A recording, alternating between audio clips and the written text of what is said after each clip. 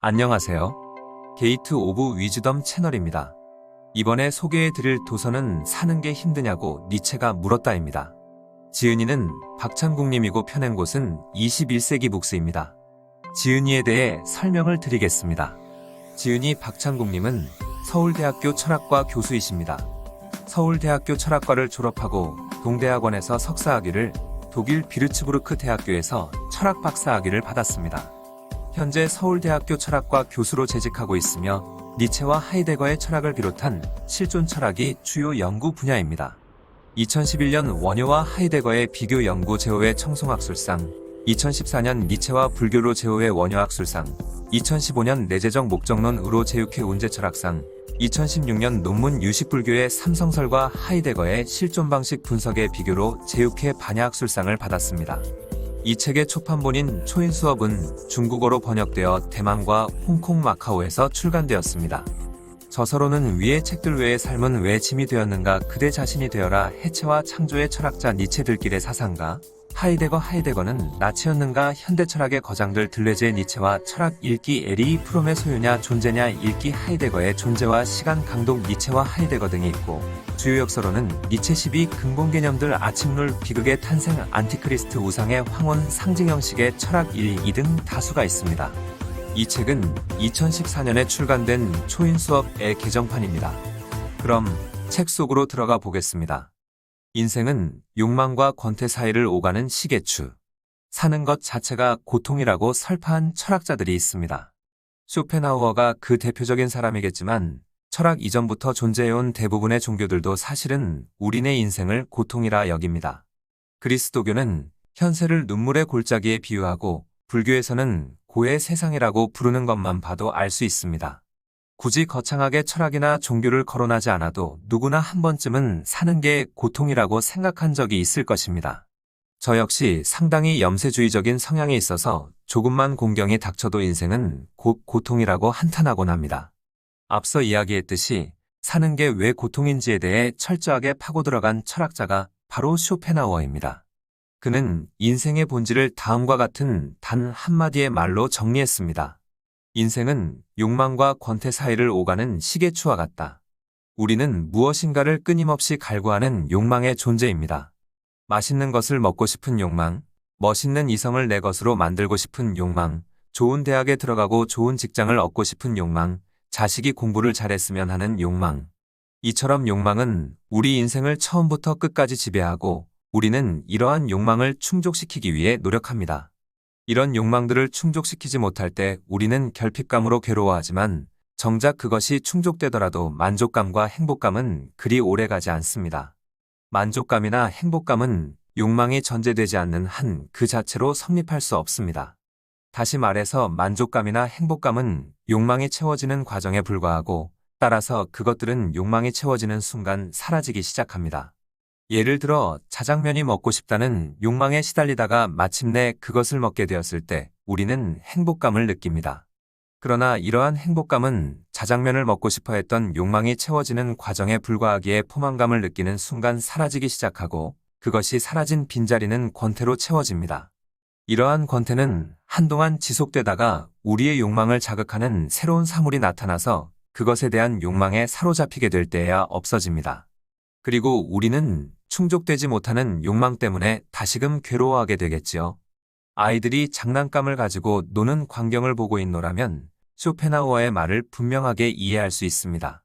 매력적인 장난감을 보았을 때 아이는 그것을 갖고 싶은 욕망에 시달리게 됩니다. 그래서 부모님에게 사달라고 떼를 쓰고 경우에 따라서는 꾸중을 듣기도 하겠지요.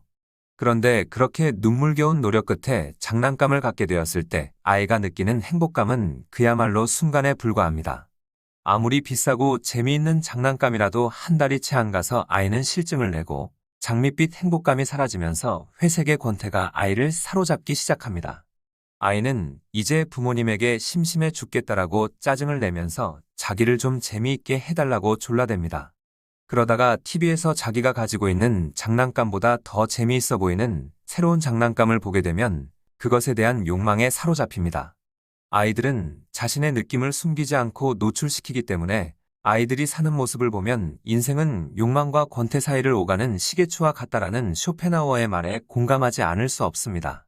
그런데 이런 현상은 비단 아이들의 삶에서만 보이는 것일까요? 바뀌는 것은 단지 욕망의 대상에 불과할 뿐 어른의 삶도 아이들의 삶과 본질적으로 동일한 것은 아닐까요? 어른들은 아이들처럼 장난감을 탐하는 것이 아니라 보다 풍족한 생활이나 멋있는 이성을 갖고 싶어 합니다. 좁은 집에 사는 사람은 보다 크고 안락한 아파트를 갖기 원하고 그것을 갖지 못한 자신의 처지를 한탄하면서 괴로워합니다. 그러나 그렇게 오랫동안 간절히 원했던 아파트를 천신만고 끝에 마련한다 해도 그 만족감은 오래 지속되지 않습니다.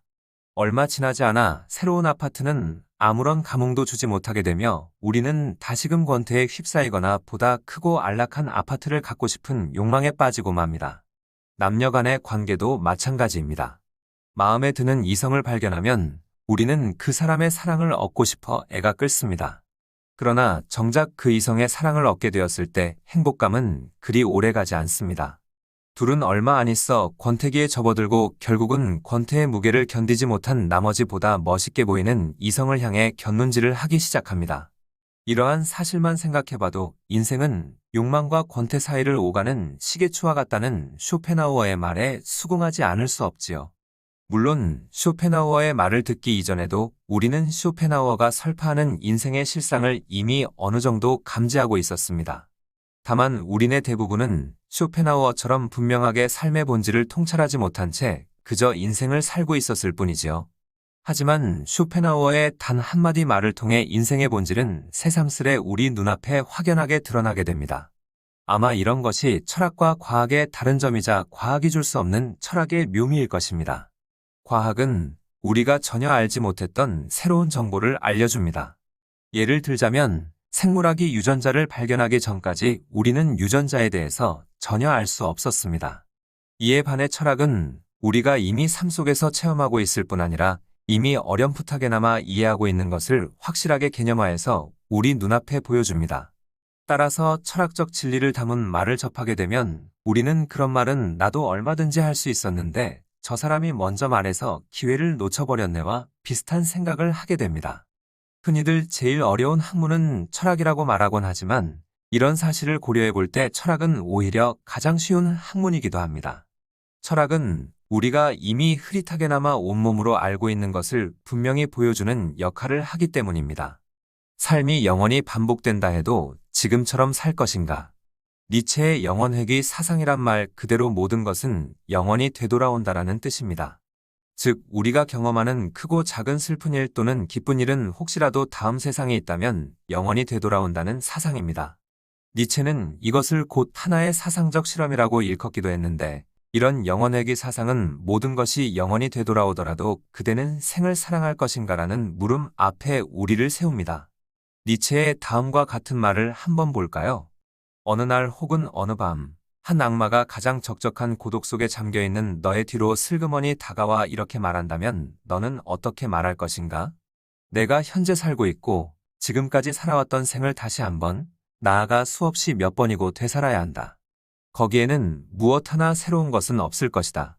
일체의 고통과 기쁨, 일체의 사념과 탄식, 너의 생애의 크고 작은 모든 일이 다시 되풀이되어야만 한다. 모든 것이 동일한 순서로 말이다. 이 거미도 나무들 사이로 비치는 달빛도 지금의 이 순간까지도 그리고 나 자신도 존재의 영원한 모래시계는 언제까지나 다시 회전하며 그것과 함께 미세한 모래 아래 불과한 너 자신 역시 회전할 것이다. 너는 땅에 엎드려 이를 악물고서 그렇게 말한 그 악마를 저주하지 않을 것인가? 아니면 너는 그 악마에게 너는 신이다. 나는 이보다 더 신적인 말을 들은 적이 없다. 라고 대답할 그런 엄청난 순간을 체험한 적이 있었는가? 이러한 사상이 너를 지배하게 된다면 그것은 현재의 너를 변화시킬 것이고 아마 분쇄해버릴 것이다. 그리고 모든 일 하나하나에 가해지는 너는 이것이 다시 한번 또는 수없이 계속 반복되기를 원하느냐? 라는 질문은 가장 무거운 무게로 너의 행위 위에 놓이게 될 것이다. 그러나 우리는 대부분의 경우 모든 것이 영원히 되돌아오더라도 그대는 생을 사랑할 것인가라는 물음 앞에서 뒷걸음질 치면서 아니다. 다음 생이 온다면 그 생에는 기쁜 일과 행복한 일만 있으면 좋겠다라고 부르짖습니다. 죽은 후에는 천국이 있으리라고 기대하거나 가까운 미래에는 모든 고통이 사라진 유토피아가 도래하리라고 생각하는 것도 이런 바람 때문입니다. 그러나 니체는 세계에서 고통이 사라질 날은 없을 것이라 생각했습니다. 그는 모든 것들이 자신의 힘을 증대시키기 위해 서로 투쟁하고 갈등하는 것이 세계의 실상이라고 보았기 때문입니다. 세계가 이러한 모습이기에 우리는 정신력이 크게 강화되고 고양될 때만 그 세계를 긍정할 수 있습니다. 예를 들어 우리가 험준한 산을 올라간다고 가정해 봅시다. 육체적으로 또 정신적으로 약할 때 우리에게 그 산은 저주의 산으로 나타납니다. 이때 우리는 왜 이 산을 올라가야 하는가라는 물음을 계속 던지면서 그 산을 올라가야만 하는 자신의 운명을 한탄하게 되지요. 이에 반해 우리가 육체적이나 정신적으로 강할 때 그 산은 아름답고 장엄한 산으로 나타납니다. 그럴 때 우리는 왜 산을 올라가야 하는가라는 질문을 더 이상 던지지 않습니다. 누군가 우리에게 그런 물음을 던진다면 우리는 이 산이 아름답고 산을 오르는 것이 재미있어서라고 답할 것입니다. 인생의 의미에 대한 물음에 사로잡힐 때 우리는 인생과 세계에 문제가 있다고 생각합니다. 다시 말해 인생과 세계는 무의미한 고통에 차 있다고 여기고 대개는 그런 물음에 대한 답을 우리가 죽어서 갈 천국이나 미래의 공산주의에서 찾곤 하지요. 그러나 니체는 우리 자신의 정신에 문제가 있다고 생각했습니다. 우리의 정신력이 약하다 보니 세계가 그렇게 무의미하고 황량한 곳으로 보인다는 것입니다. 그는 우리가 우리의 정신력을 강화할 때 세계는 다시 아름답게 보일 것이라고 말합니다. 이렇게 아름답게 드러나는 세계에서 매 순간 충만한 기쁨을 느끼면서 경쾌하게 사는 것, 매 순간 자체가 이미 충만한 의미를 갖고 있기에 그 순간의 충실함을 즐기면서 사는 것, 그것이 바로 니체가 말하는 아이의 정신으로 사는 것입니다. 우리는 참된 세계를 제거해버렸다. 무슨 세계가 이제 남아있는가? 현상의 세계일까? 아니다. 참된 세계와 더불어서 우리는 이른바 현상의 세계도 없애버렸다. 정오, 가장 짧게 그늘이 지는 순간, 가장 긴 오류의 끝, 인류의 정점. 차라투스트라의 등장. 여기서 참된 세계는 플라톤의 철학과 그리스도교와 같은 서양의 전통 철학과 종교가 상정하는 피안의 세계를 가리킵니다. 피안의 세계는 영원하고 변하지 않는 세계이며 우리가 지각할 수 없는 초감성적 세계입니다. 반면 차안의 세계는 우리가 지각할 수 있는 감성적인 세계로서 모든 것이 끊임없이 생성하고 소멸하는 무상한 세계입니다. 이렇게 생성소멸하는 차안의 세계는 영원불변한 피안 세계의 그림자에 불과합니다. 그러나 니체는 영원불변한 세계는 존재하지 않으며 존재하는 것은 오직 생성소멸하는 세계일 뿐이라고 말합니다.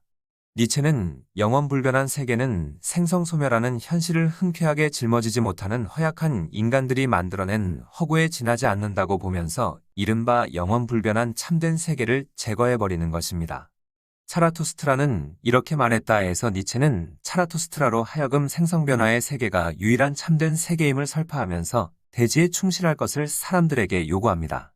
전통적인 철학과 종교에서 생성소멸하는 현실 세계는 어두움으로 묘사되고 초감성적 세계는 태양 내지 빛과 동일시되었지만 이 현실 세계를 철저히 긍정하는 자에게는 현실 세계 그 자체가 빛이며 이러한 세계에는 어둠이 지배하는 것이 아니라 정오의 밝음이 지배하게 됩니다. 즉, 우리가 살고 있는 세계는 여전히 생성소멸하는 세계이지만 의미와 충만함이 깃든 세계입니다. 이런 의미에서 니체의 철학은 곧 삶에 대한 찬가라고 할 수 있습니다. 니체는 우리가 앞으로 섬겨야 할 신은 춤출 줄 아는 신이라고 말합니다. 이 신은 삶을 단죄하는 것이 아니라 삶을 즐기고 긍정하는 신입니다. 아무런 목표나 의미 없이 기쁨 속에서 파괴와 창조를 거듭하는 이 신을 니체는 디오니소스라고 부릅니다. 니체가 말하는 디오니소스 신은 어떤 인격적인 신이 아니라 생성과 소멸을 거듭하는 세계 자체를 가리킵니다. 니체가 초인이라고 부르는 사람은 이렇게 파괴와 창조, 승리의 기쁨과 패배의 슬픔이 반복되는 이 세계를 웃으면서 긍정하는 자이고 춤추는 디오니소스처럼 너털 웃음을 터뜨리면서 이러한 세계의 한가운데에서 환희에 차 춤추는 자입니다. 물론 이것은 쉽지 않습니다. 니체가 차라투스트라는 이렇게 말했다에서 말하는 중력의 정신이 우리 삶을 짓누르고 있기 때문입니다. 중력의 정신이란 우리를 아래로 끌어내리려는 두려움과 걱정, 시기와 원함과 같은 부정적인 정신을 뜻합니다. 이 때문에 제 삶도 우울해질 때가 있지요. 그래도 저는 이제 인생은 근본적으로 아름답고 의미로 충만해 있다고 생각합니다. 지금 여기에 삶을 떠나 천국이나 미래의 공산주의와 같은 유토피아에서 의미를 찾을 필요가 없을 정도로 말입니다. 니체는 왜 험난한 운명을 사랑했을까? 니체가 말하는 초인은 자신의 운명을 사랑하는 사람입니다. 여기서 니체가 염두에 두고 있는 운명은 일생 동안 병고에 시달렸던 자신의 운명처럼 험난한 것이었겠지요. 운명은 사람마다 다르게 주어집니다. 어떤 사람은 부잣집에서 태어나 좋은 두뇌를 타고 나서 좋은 대학 졸업하고 좋은 직장 얻어서 일생을 평탄하게 사는가 하면 어떤 사람은 형편이 좋지 않은 환경에서 태어나 교육도 제대로 받지 못하고 경제적 어려움에 시달리며 고단한 일생을 보내지요. 이런 세상을 보면서 참 불공평하다는 생각은 누구나 해보았을 것입니다. 니체가 평탄한 운명을 살고서도 운명을 사랑하라고 말했다면 우리는 그의 말에 코웃음을 치며 말할 것입니다. 너 정도의 운명만 주어진다면 나도 운명을 사랑할 것이다라고 말이지요. 사실 니체는 비록 5살이라는 어린 나이에 아버지를 잃는 불운을 겪긴 했지만 예술과 학문 면에서 천재적인 재능을 타고났기 때문에 사회적으로 성공할 수 있는 소질이 선천적으로 충분했다고도 볼 수 있습니다. 게다가 25세 약관의 나이로 스위스 바젤 대학의 교수가 되었으니 적어도 그때까지는 누구나 부러워할 만한 운명이었다고도 할 수 있지요.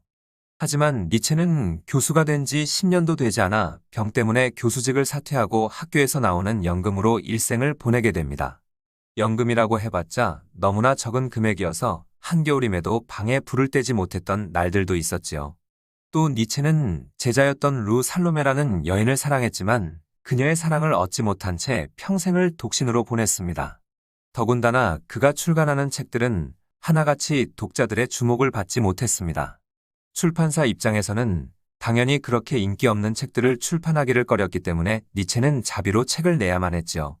그러다 조금 유명해지는가 싶었는데 45세의 나이에 광기가 엄습해오면서 그는 10년을 병석에서 식물인간처럼 지내다가 죽었습니다. 저는 니체가 항상 자신의 운명을 긍정하고 사랑했을 것이라고 믿지는 않습니다. 우리도 때에 따라 정신력이 저하되었다가 강해지고는 하는데 아무리 니체라고 해도 정신력에 기복이 없지는 않았을 겁니다. 하지만 정신력이 고양되었을 때에 그는 무엇보다도 자신의 운명을 긍정하고 사랑했습니다.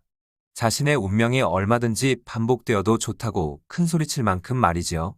그러나 그의 운명은 우리가 부러워할 만큼 평탄한 것이 아니었습니다. 아마도 저를 포함한 대부분의 사람들은 자신의 운명이 니체의 운명과 같지 않다는 사실에 안도감을 느낄 거라 생각합니다.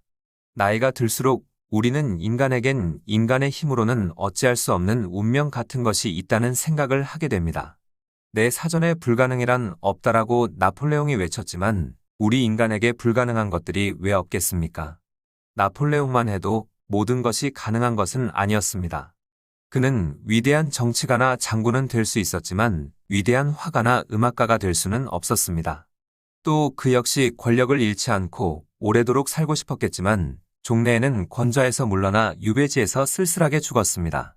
누구나 이왕이면 모든 면에서 탁월한 인간이 되고 싶겠지만 실제로는 한두 가지의 특별한 재능만을 가지는 것이 현실입니다. 니체는 왜 험난한 운명을 사랑했을까? 니체가 말하는 초인은 자신의 운명을 사랑하는 사람입니다. 여기서 니체가 염두에 두고 있는 운명은 일생 동안 병고에 시달렸던 자신의 운명처럼 험난한 것이었겠지요. 운명은 사람마다 다르게 주어집니다.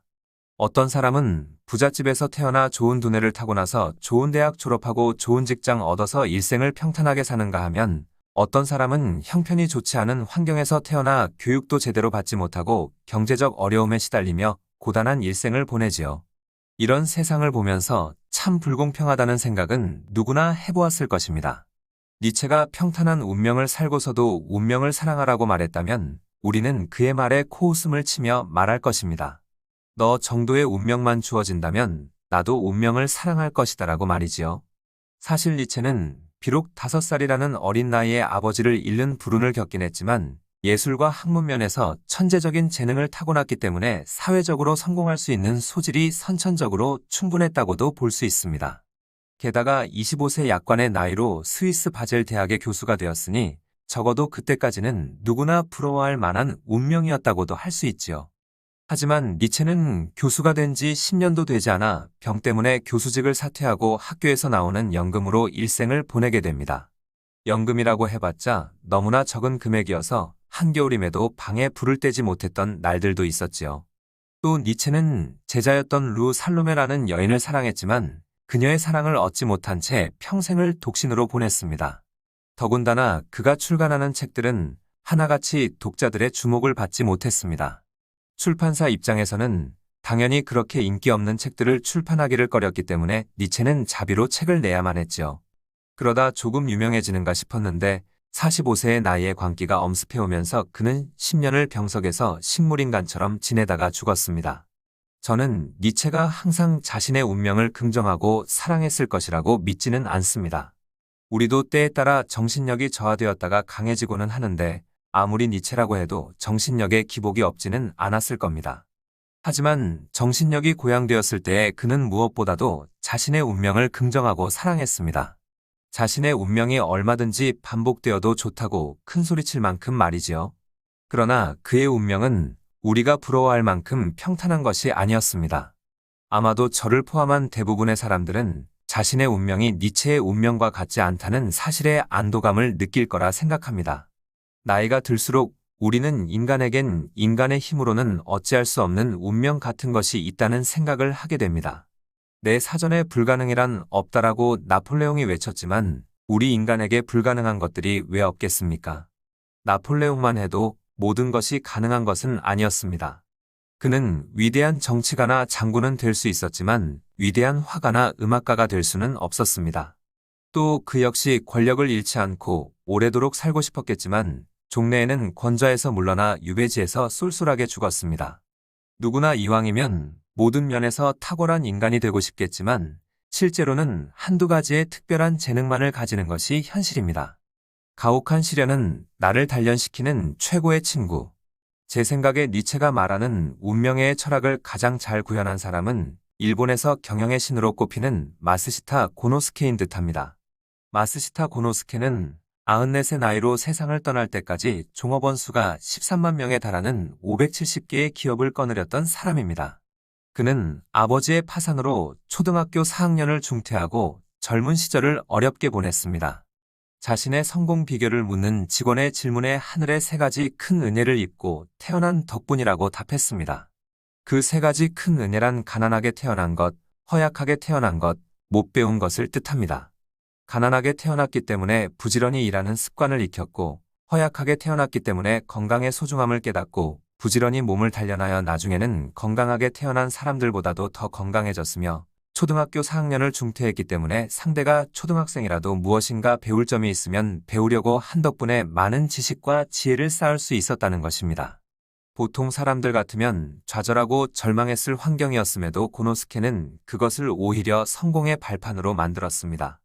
그렇기에 그는 자신의 운명을 사랑하고 긍정적으로 승화시킨 사람이라고 할 수 있습니다. 혹자는 고노스케의 삶을 더 잘 설명할 수 있는 것은 자유의지의 철학이라고 말할지 모릅니다. 그러나 아무리 고노스케라 해도 자신의 힘으로는 바꿀 수 없는 것이 있습니다. 예를 들어 만일 그가 자신이 가졌던 경영인으로서의 운명적 소질을 무시하고 어릴 적 보았던 어떤 멋진 가수 때문에 자신도 가수가 되려 했다고 가정해 봅시다. 타고난 의지력이 매우 강했으니 그가 노력했다면 물론 어느 정도의 수준까지는 올랐겠지만 기업인으로서 성공한 정도에 비할 바는 아니었겠지요. 이렇게 보면 고노스케는 자신의 운명을 부정했다기보다는 승화시켰다고 말할 수 있습니다. 니체가 말하는 운명에는 숙명론이 아닙니다. 그것은 오히려 운명을 자신이 성장할 수 있는 토대로 이용하고 승화시키라는 철학입니다. 특히 그는 고난의 운명이야말로 한 인간이 위대한 인물로 성장하는 데 필요한 절호의 조건이라고 보았습니다. 나무가 강하게 자라나기 위해서는 거친 폭풍우가 필요한 것처럼 위대한 인간으로 성장하기 위해서는 어지간한 사람들은 좌절하고 말 정도의 열악한 환경이 필요하다는 것입니다. 니체는 이에 대해 이렇게 말하고 있습니다. 가장 생산적인 최선의 인간이나 민족이 살아가는 모습을 보며 이렇게 자문해보라. 하늘 높이 자라려는 나무들이 과연 비바람이나 눈보라를 겪지 않고 제대로 그렇게 자랄 수 있을 것인가? 외부로부터 가해지는 불운과 저항, 증오, 질투, 불신, 고집, 냉혹, 탐욕, 폭력은 덕의 위대한 성장을 위해서는 필수 불가결한 것이 아닐까. 그것들은 덕의 성장을 위해서 유리한 환경을 조성한다. 나약한 천성을 가진 자들을 사멸시키는 독은 강한 자들에는 강장제이다. 강한 자는 그것을 또한 독이라고 부르지 않는다. 그런데 운명을 긍정적으로 승화시키는 데 성공한 사람이 반드시 마스시타처럼 사회적으로 성공한 사람만을 가리키는 것은 아닙니다. 자신의 운명을 철저하게 긍정하면서 자신이 겪었던 모든 고통이 다시 와도 좋다고 말했을 때의 니체는 결코 사회적으로 성공한 사람이 아니었습니다. 운명의 사상에 엄습되었을 때 니체는 책이 거의 팔리지 않을 정도로 전혀 유명하지 않았지만 그럼에도 자신의 인생에 만족했고 그것을 긍정했습니다. 그는 설령 사회적으로 성공하지 못한 사람이라도 자신의 삶을 낭비하지 않고 최대한 능력을 발휘하면서 자신이 처한 운명적 상황을 자기 발전의 계기로 삼을 수 있다고 합니다. 니체는 심지어 자신의 생애에서 가장 힘들었던 시기야말로 자신의 발전에 가장 큰 도움이 되었다고 말합니다. 나는 다른 어떤 시기보다도 나 자신의 생애에서 가장 힘들었던 시기에 깊이 의지하고 있는 것이 아닐까 하고 자주 자문해왔다. 나의 가장 깊은 내면의 본성이 가르쳐주는 바로는 일체의 필연적인 것은 높은 입장에서 그리고 거시적인 의미에서 보면 유익한 것이기도 하다. 우리는 그것을 견디는 것을 넘어서 사랑해야 한다. 운명에 이것이 나의 가장 깊은 내면의 본성이다. 그리고 나의 오랜 병약함에 관해 말하자면 나는 건강보다도 병약함에 말할 수 없을 정도로 많은 덕을 입었다. 보다 높은 건강, 그것을 제거하지는 않는 모든 것에 의해서 보다 강해지는 것 같은 건강을 나는 이 병약함에 빚지고 있는 것이다. 나는 나의 철학조차도 이 병약함에 빚지고 있다. 큰 고통이야말로 정신의 최후의 해방자이다. 중략. 나는 그런 고통이 인간을 개선하는지에 대해서는 의심을 갖고 있다. 그러나 그것이 우리들을 깊어지게 한다는 사실은 알고 있다. 중략. 우리는 그런 위험한 자기 지배의 단련 속에서 다른 사람이 되는 것이다. 자유의지론을 신봉하는 사람은 운명을 부정하면서 운명에 대한 주체로 우뚝 서려고 합니다. 이러한 사람이 자신의 뜻을 이룬다면 그는 자신을 운명에 대한 승리자로 여기며 의기양양하겠지만 그것을 이루지 못했을 때는 자기 혐오에 빠질 것입니다. 자유의지론의 신봉자는 자신을 세계와 대결하는 자로 보고 세계를 자신이 마음대로 다룰 수 있는 재료와 같은 것으로 상징합니다. 이에 반해 숙명론에 빠진 사람에게 있어 세계는 자신이 감히 함부로 대항할 수 없는 압도적인 힘으로 나타납니다.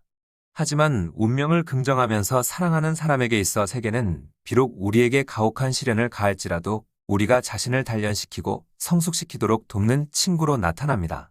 따라서 운명을 사랑하는 사람은 세계에 감사하면서 그것을 사랑합니다.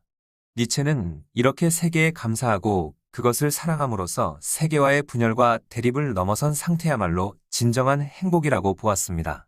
본능이 건강한 사람이 되는 법.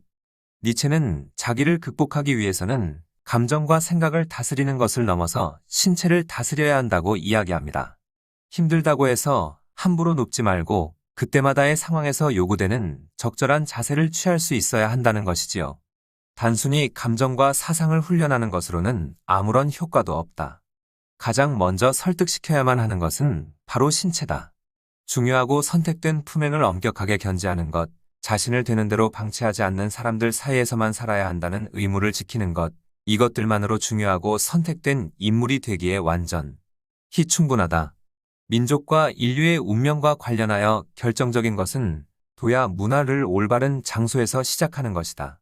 사제들과 절반쯤 사제인 자들의 숙명적인 미신이 그랬던 것처럼 영혼에서 시작해서는 안 된다.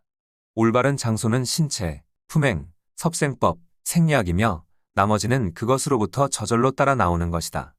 여기서 니체는 섭생법의 한 예로 카이사르를 들고 있습니다.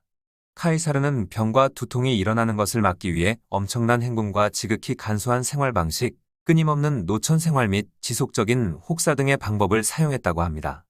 니체는 이렇게 신체를 엄격하게 단련하고 훈육해야 우리의 영혼이 강해지고 힘으로 충만해질 수 있다고 말합니다. 이렇게 신체를 완전히 우리의 지배 아래 둘 수 있을 때에야 우리는 본능까지 건강하고 기품 있는 자가 될 수 있습니다. 본능이 건강한 사람은 자신뿐 아니라 주위 사람들까지도 건강하게 만드는 행동을 할 수밖에 없습니다. 이런 의미에서 니체를 모든 좋은 것은 본능이다라고 이야기합니다. 이렇게 건강한 본능을 가지고 있을 때 우리는 경쾌하고 가벼우며 필연적이고 자유롭게 건강한 행동을 하게 됩니다. 진정으로 자유로운 행동은 자신의 본능적인 욕구에서 필연적으로 경쾌하게 따라 나오는 행동이고, 이 경우 사람들은 나는 이렇게 할 수밖에 없다라고 외칩니다. 이렇게 볼 때 자유로운 행동의 진정한 의미는 칸트가 말했던 도덕적인 의무에 따르는 행동이 아니라 본능적인 필연성과 하나가 된 행동입니다. 이상으로 이 도서의 소개를 마치겠습니다.